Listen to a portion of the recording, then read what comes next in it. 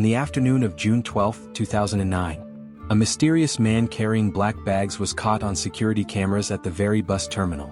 Tall, thin, with short gray hair, wearing a leather jacket and glasses, he got on the bus and headed towards the city of Sligo. This old man got into a taxi in the city he arrived in and asked the driver to take him to a cheap hotel. The taxi driver took him to the Sligo City Hotel. The old man paid €65 for a single room for 3 days, and the hotel reception put him up in room 705. When he registered at the hotel, he introduced himself as Peter Bergmann and said his home address was Vienna, Austria. However, the police later learned that there was no such name and no such address. For some unknown reason, the hotel manager did not ask the old man to show any documents proving his identity.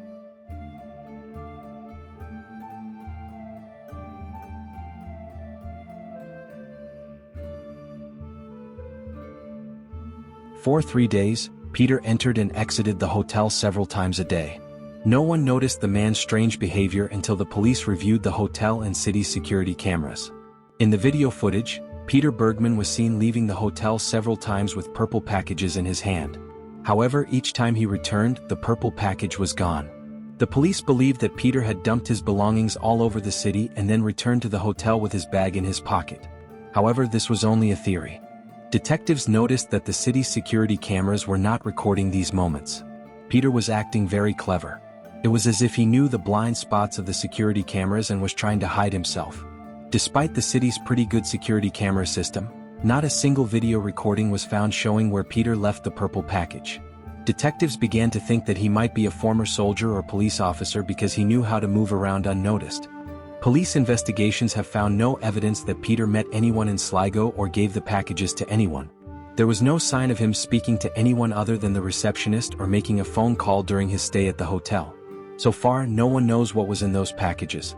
Detectives believe they may have contained personal items or important documents belonging to Peter. On Friday, June 13th, Peter went to the post office and bought 8 postage stamps and an airmail sticker. Police believe he may have written a letter to his family. Sunday, June 14th, was Peter's last day at the hotel. He left the hotel at around 11 a.m. and got into a taxi. The taxi he got in was the same taxi with the same driver that had brought him from the bus station to the hotel on June 12th.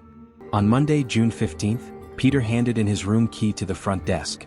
He had 2 black bags and a purple package with him. After leaving the hotel, he first went to a shopping mall and spent some time there. When he arrived at the bus stop, security cameras showed that his black bag was no longer in his hand. He must have left it somewhere after the shopping mall, but the police could not find it anywhere. According to the recorded footage, Peter entered a cafe at the bus stop, ordered coffee and a cheese sandwich. During lunch, he took out a few pieces of paper from his jacket pocket, tore them up after reading them and threw them in the trash. During the investigation, the police could not find the papers because the cafeteria employees had thrown away the trash long ago. After eating his meal, Peter got on the bus and set off. When he got off the bus, he went to a popular beach area called Dead Man's Point. The weather was warm that day.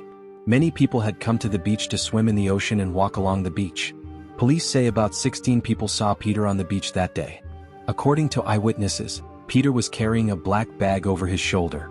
A married couple who were also on the beach were there to watch the sunset. The couple told reporters, "We were standing in the parking lot. We saw a man in a black jacket walking parallel to the shore with his pants rolled up to his knees. We could only see him in silhouette because of the sunlight." A short while later, the same couple saw Peter again with a purple package in his hand. About 10 minutes later, Peter was sitting on a bench. The last people to see him alive were this married couple. On Tuesday morning, June 16th, Arthur and his son were exercising on the beach. They found Peter's naked body on the shore of the ocean. They immediately called the police. The police conducted a thorough search of the beach. Peter's clothes were found scattered in different places. A navy blue t-shirt, underwear, swimming trunks, and a waterproof watch were found. The rest of his clothes were neatly laid out on the upper part of the beach. However, there was an interesting detail. Peter had cut all the labels off his clothes beforehand, so it was not possible to determine what brand they were or where they were purchased. On June 17th, forensic experts performed an autopsy. The result was unexpected. Peter's body was found washed ashore by the ocean waves on the beach. However, experts found no signs of drowning in salt water. Everything indicated that he had tried to commit suicide by entering the ocean in the dark of night. However, Peter had not drowned. He had died of a heart attack. In addition, the examinations revealed that Peter had almost terminal prostate cancer, bone tumors and traces of a previous heart attack. He also had only one functioning kidney. Forensic experts stated that if the incident in the ocean had not happened, Peter would have lived for at most another week. On September 18th, Peter was buried in an unmarked cemetery. Only 4 police officers attended his funeral. Police are still trying to solve the mystery. A person who has been alive for 60 years must have at least one relative or friend. But no one has given any information about him. So who was Peter Bergmann? If you like this kind of videos, don't forget to subscribe to my channel and like the video.